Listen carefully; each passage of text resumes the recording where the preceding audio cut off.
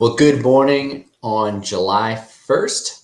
I'm Shaka Mitchell, coming to you from Nashville, Tennessee, with another choice chat. We haven't done one of these in a while. It's been a little bit busy, and we'll talk about why we've been so busy and what we've been watching here at the Tennessee Federation for Children and American Federation for Children. But today, I'm really excited to bring a fresh face into the studio. It's John Patton, and John is going to be the new Tennessee State Director for the American Federation for Children, which means, if you're having a little cognitive dissonance right now, it means that no, I'm not dead, but in fact, we are adding to our talent pool here in Nashville, and really excited to bring John in. So let me go ahead and do that right now. And here he is, John Patton. Good morning. Good morning. Good morning. Shaka, I'm glad you're not dead. I'm glad you're going to be still with us. Thank you. I'm glad I'm not dead too. We'll see. Hopefully nobody comments to the contrary in the comments. But really excited to have you, and just want to welcome you to the team. So as I mentioned, John Patton is the new Tennessee State Director. I will remain with the American Federation for Children, but I'm still in Nashville, as folks who have watched before can tell by my unchanging background. Still the same space in my house, and I'm going to stay active, and of course following the fight for school choice and advocating for school choice for all Tennessee children. But I'll also be doing some national things and supporting there. But really excited, frankly, to welcome John onto the team, and want to learn a little bit more about what he's about. Now, if you've got a question for us, you can drop that in the comments. If you're watching on Facebook or YouTube or Twitter, what have you, we'd love to hear from you. But John, let's go ahead and get started with some easy ones. So give us a little bit of your background and kind of your brief bio there. Yeah, absolutely. So I grew up actually in Nashville. I'm a native. My parents went to Vanderbilt, came here, and they never left. So I grew up here. Ooh, tough loss last night. Sorry for that. Oh yeah, they got shellacked. They did. So it's all right. Congrats, Mississippi State. Yeah, I digress. Go ahead. So kind of growing up, I was in terms of schooling, I had a mixture of sort of homeschool and private school growing up. Attended a public state university, and then added, and I can get to this more a little bit, a couple of graduate degrees. And so I come from, my background is primarily in the world of higher ed. So I got a degree in divinity from Covenant Seminary in St. Louis, and then I proceeded to work in higher ed admin for a number of years. So I got a really pretty deep and thorough understanding of kind of the higher ed side of education. And I should add too that my first job, kind of straight out, was teaching. I was actually teaching special ed at a small school in St. Louis, and coaching high school football and track. So brief period of secondary experience, and then kind of that, call it 6 to 7 years of higher ed admin experience. And after my wife's Annie, we have 4 kids of our own, ages 12 to 7, 12, 10, 8, and 7. And somewhere along the way there, I decided to kind of do something different and get some different experience in the private sector. And so I spent the last about 5 years in the private sector in consulting and in finance. And it's been a very, very different experience. I've gained some very, very valuable skills for sure. And but yeah, that's sort of the quick and dirty kind of the big buckets of kind of the education, the business, and then now here on the advocacy side of AFC. Yeah. Well, we're really, really glad to have you. And I mean, there's a lot to peel back there. I mean, you mentioned that you yourself had a range of kind of educational experiences, right? And and that I believe was the case for you and your siblings. You want to say a little bit more about that? Yeah. So my siblings. So I actually have 8 brothers and sisters. I have 5 sisters and 3 brothers, And we attended a mix of public schools in West Nashville. So I did, my older siblings did. So a mix of public schools in West Nashville, homeschooling. I think there was a stint at St. Paul here in town, which some people might be familiar with. And then later on at Christ Pres Academy. So my parents, they had the full gamut of experiences, public schools, and I think in Virginia, Alabama, and Tennessee. And then once they moved to Nashville, kind of when I was, I guess, probably 3-4 years old, it was primarily a short stint in public school, but then homeschool and private school here in Tennessee. And then, and I should add too, our, and maybe I might be jumping the gun here, but our 4 kids, we've also had all of those experiences. My oldest is 12 years old, and we've already had the public Zoom school, homeschool, and private school experience with our 4 kids already as well. Yeah, well, let's talk about that a little bit more. I'm gonna actually try to show something, and we'll see if I can master this technology. But I'm gonna try to show something, and then want you to speak to it a little bit, because I think it will highlight some of what you're saying about the kind of the lived experience now of educating and being a parent, etc. And so here, let me go ahead and share my screen and play this for folks.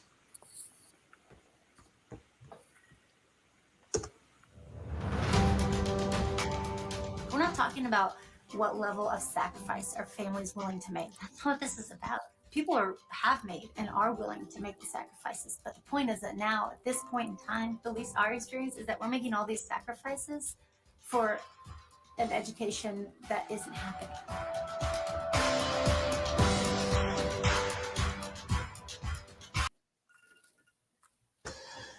Yeah, so those folks should look pretty familiar to you, John. Tell us a little bit, and tell folks who were just watching a little bit about what they just saw. So that was an AFC video that Shaka here put together. I guess when did that video drop? Was it late 2020?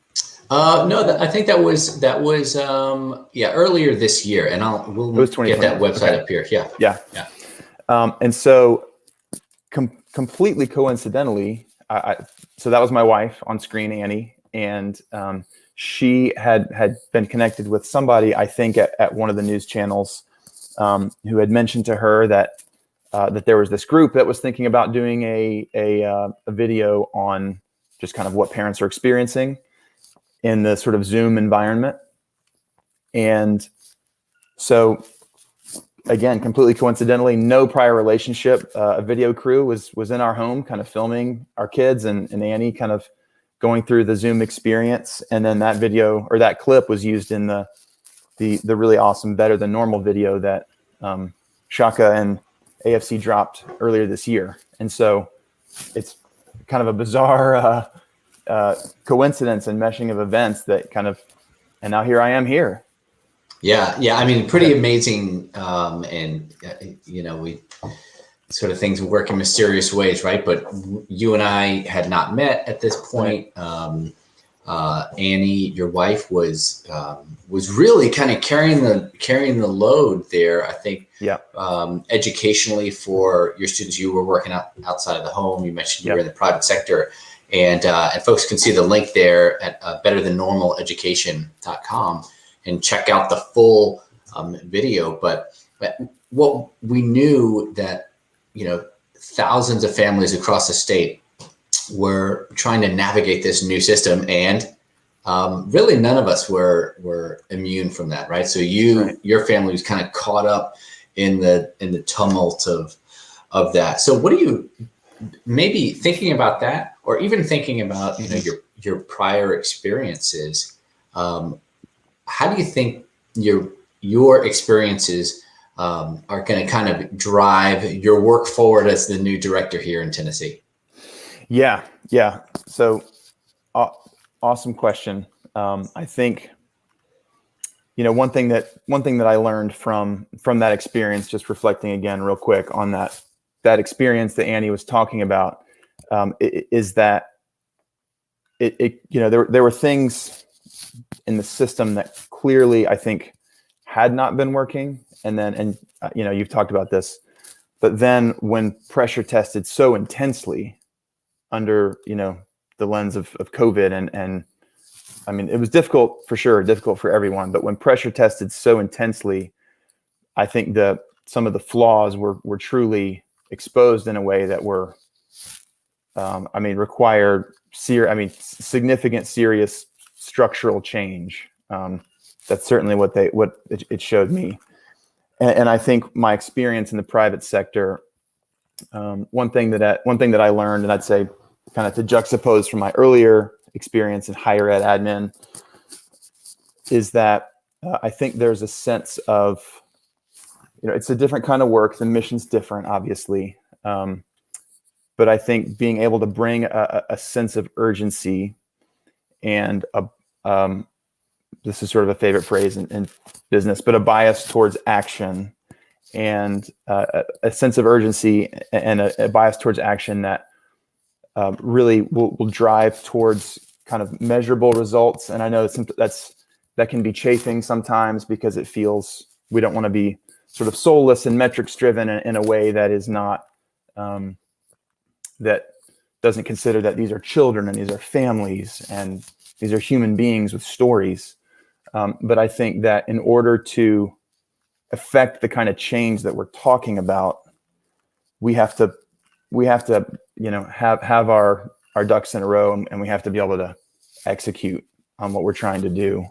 And so I think, I think I think execution and a sense of urgency, if I could just sort of boil it down, is definitely kind of something that I picked up for sure. Yeah, and I think you're kind of talking about two elements that I think we need to always kind of hold in tandem. On the one hand is as you mentioned, I think you called it a bias towards action. And I really like that. We're not, and folks who know the Tennessee Federation for Children know that we're not putting out hundreds of pages of research and white papers. We want to make decisions that are research based, informed by sound research, and to good data makes hopefully good policy. But we're not a research institute. We've got a bias towards action. We're trying to get it done. So that's on the one hand, and then the other thing I think you talked a little bit about too is just kind of your experience as a parent. As an uncle, right? As a brother, as a husband, seeing people that and in our case, children that we know, families that we know who have just been affected and in some cases really not just disrupted, but devastated by inability to access great education, right? So we got this thing that we're trying to get done, but we're not trying to get it done so that we can, it doesn't operate in a vacuum, I guess is what I'm saying, right? There's real people involved, and that's something that listen, if folks who are watching, who are friends of AFC, worry about AFC's future, I often talk about my 3 girls. Well, John's got 4, so he's got at least 33% more experience than I do with working on this. It also makes me think, honestly, about what we've seen thus far from Governor Lee and this administration. I think has been trying to balance these two things. How do you do? There's a job that needs to get done, right? Yeah. I think you even see it with Commissioner Schwinn. There's a job that needs to get done. On the one hand, when I hear them talk, on the other hand, when I hear them talk, they always know that these decisions affect real children, real kids. So it's not just, hey, let's make these decisions, but we're affecting real kids. So anyway, I think I'm just signing on to what you said, John. Yeah. Doing it in a lengthy way. But let me ask you this: what are some bright spots you think that you either seen in your own kids' education, maybe over the past year, and how does that give you hope for the future? Yeah, I think a clear bright spot is certainly at one of our schools that we were attending. I think in one instance, the principal, and then a number of the teachers, in these public schools that my kids were attending, they really were doing heroes work. I mean, they were working hard for my kids. They were sacrificing, and I think the teachers themselves are, by and large, significant majority are doing phenomenal work, and they're trying to labor within a system that is just often not serving them well. And so, we talk a lot about systemic problems, and I think there is a systemic problem in the way that schools are set up, the way they're funded, and I think, kind of on a more personal level, it was wonderful to kind of get to spend, because there was a portion of the pandemic where I was working from home, and I think getting to spend, just being the physical presence of my children a lot more, even sometimes when we're annoying each other, it was really wonderful, and I loved just being around them that many more hours out of a given week, and so I was really thankful for that, and we had some neighbor friends right up the street that we kind of got close to, because none of our kids were going to school, so we'd kind of end up gathering together, and I'd say those are definitely some bright spots from kind of the March 2020 forward. Yeah, I mean, it's crazy to think it's been so long that education has just been disrupted like this. And as you say, I think we all learned a lot about how our kids learn, maybe what they were learning, the content. Parents are my sense is that parents are wearing teachers out right now and wearing their school boards out right now. Yeah. For good reason, because we know more than we did a year ago, right? Yeah. So a year and a half ago. And in some cases, like you said, I think we see amazing things happening. In some cases, parents are saying, hey, it's got to get better. It's got to get better for my children. Yeah. So John, a few weeks, actually, it may even have been just before you started officially, that we had some big things happening here in Tennessee, and many of the folks watching or who'll watch this later know about it. But the Tennessee Supreme Court heard arguments in the case about the education savings account. And you were there watching. I wonder if this is John's first experience learning that I don't stick to the script and I just ask questions as they come. So you're doing great. But I wonder if you have any impressions, after kind of watching that, watching the arguments, stuff that stood out that you heard or maybe didn't hear, from either side, and maybe talk to people a little bit about that. Yeah. It was a really great experience, and we'd all gathered to watch it. I think you're right. It was a couple days before my official start date, but it was, some of the language was a bit esoteric. I'm thoroughly a non-lawyer, but I kind of have grasped in the weak sense kind of some of the nuances of the arguments.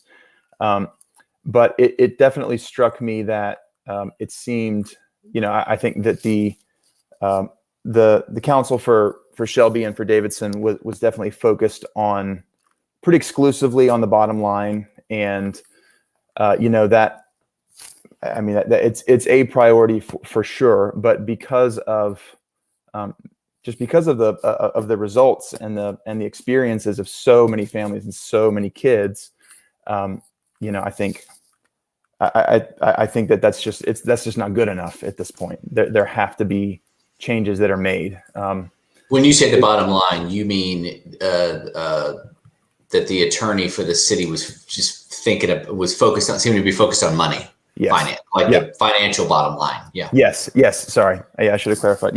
Yeah, most definitely. And I think, I think in the long run, of course, we would argue the bottom line's definitely going to be fine. It might be better, but even in the short run, I think the experiences of kids and families, it can be so much better by rejiggering some things. And so, but it was it was kind of my first, it was my first official AFC event, and it was fun to meet kind of all the stakeholders that were there, and it was watching the seven heads argue on a screen was was interesting. I haven't heard a lot of Supreme Court oral arguments before, so it was a neat experience, and the emotions were sort of up and down in the room, and I think they're still sort of up and down, and still hoping for a good result there. Yeah, for sure. I mean, listen, you're not. You are in the majority of people who have never maybe sat through, or you would be in the majority of people who have never sat through a Supreme Court argument. And but no, it was such an important day, and like you said, I just echo that. I was kind of surprised, honestly, that the other side, the city of Metro Nashville, Davidson County, and Shelby County schools are all kind of being represented by the same attorney in this one. Man, I mean, just talked about what this was going to do, what the program was going to do for the finances of the city and the bottom line of the city and the money. And that was surprising to me, because everybody in the United States, unless you've been living under a rock, that the federal government is sending out billions of dollars. And a lot of that is for education. So Tennessee is set to receive something like $4.5 billion for education. Mm-hmm. So it's surprising to me that anybody can be talking about, oh, we don't have enough resources right now. But you're right. It was that they talked about that. The other thing I'm surprised at, I'm only a little bit surprised that they didn't talk about any success stories, right? From their city. If I was I shouldn't, whatever, the case is over now. So maybe I can give tips to the other side. But if somebody said to me, you're not good at your job, I would say, yes, I am. Here are some of the things that I've done, right? Isn't that your natural? Yeah, I am. That's not what the city did. We said to the city, you guys aren't doing a great job for kids. You're not good at the job you're supposed to be doing. And instead of them saying, yes, we are, look at these successes, they said, oh, but what about the money? That's crazy to me that they didn't point to successes. Because there are some successes, but that's not, it wasn't top of mind for them. Yeah, that's a really interesting point. I guess the incentives are just to protect keep the spigot flowing and don't disrupt it too much. And there's just, I often in sort of, in discourse, political discourse, whatever, the way people talk, often in contentious issues, it's like, how do people, people don't change their minds. How does somebody actually change their mind? We just sort of yell at each other, et cetera, et cetera. And we're at this inflection point now where, we've literally seen, and of course the Shelby and Davidson County are not reflecting this shift, but we've seen people, and polling shows it, literally change their minds over the course of the last 12 to 15 months on this issue, like very, very meaningfully. They've lived this experience, and I can't remember the most recent poll numbers, but AFC just released a poll. What was it, yesterday or 2 days ago? And it's pretty compelling. And the movement from independents, Democrats, Republicans, the movement in favor of choice, and it's incredible. That's why I'm so excited to be in this role, is because this is it's such a significant moment. Yeah. That's a great point. We'll see if we can get the poll up there. This was a poll for folks who haven't maybe seen it. It's on It's on voter opinions of school choice. And I have never seen it. This is not hyperbole. I have never seen, in fact, no one has ever seen the polling numbers this strong in the United States in favor of school choice. And it's not, I want to tell people, we don't ask this question like in the abstract. We try to get really specific, and any pollster will tell you, like, the more specific you get, you tend to get more no's, right? Because you just lose people. And, it's kind of like saying, hey, would you like a new car? Well, like almost everybody says, yeah, I want a new car. But then you start describing the car and they say, oh, I don't know about that. Yeah. That's what tends to happen. We describe it pretty thoroughly, and it was remarkable. Majority, when you sliced it by political affiliation, vast majorities in both parties, Republicans, Democrats. And I think that's important to keep in mind, that this is not, educating our children is not partisan. Right? We all want what's best for our children. So yeah, I'm glad you brought that up, John. I'm going to see if I can find the link, and we'll see if we can drop a link to that in the comments and here on screen. But we're almost at time, so let me ask you one more question. I mean, just kind of looking forward, and again, really excited to have you on board. What do you think the next few weeks and months are going to look like? I know it's summertime, so hopefully you're getting a break for the Independence Day holiday, and get some family time. But yeah, what do you think the next few weeks and months are going to look like? What are you going to be up to? Yeah, well, I'm going to be, I think I'm going to be, continuing to meet a number of folks, attending some events around the state, some events here in Nashville for sure, getting to know some legislators, some key stakeholders, some coalition partners, and preparing for potential different outcomes of the Supreme Court case on the ESA legislation. So kind of gaming that out, and then, but I think definitely just continuing to meet folks and kind of get thoroughly immersed. And 22 is an election year, so I think this time next year I'll be a little bit busier. So I think just excited to continue to kind of meet all kinds of people in the space, and hopefully kind of put together or continue to build momentum in Tennessee. Yeah, well, we're, as I mentioned, excited to have you. I know John and I are headed around the state. We've got, I think next week we'll be in the Cleveland area, talking to some folks, talking about how, if you want to, you can get more activated in Tennessee. That's the, I believe it's called the Tennessee Freedom Summit. Is what we're headed to. Yep. So you can look that up. You can check out our Facebook page and get tickets for that. But we'll be excited to be there. Again, John, so glad to have you. John Patton, not just a smart guy and a talented guy, but as you heard here, he's a husband and father. He's a native Tennessean. And I think, again, really going to add to what we're doing here, what we've already accomplished in the state, for years to come. So yeah, John, thanks for being with us. You mentioned that polling. There's a link to the polling. It's also up on Facebook.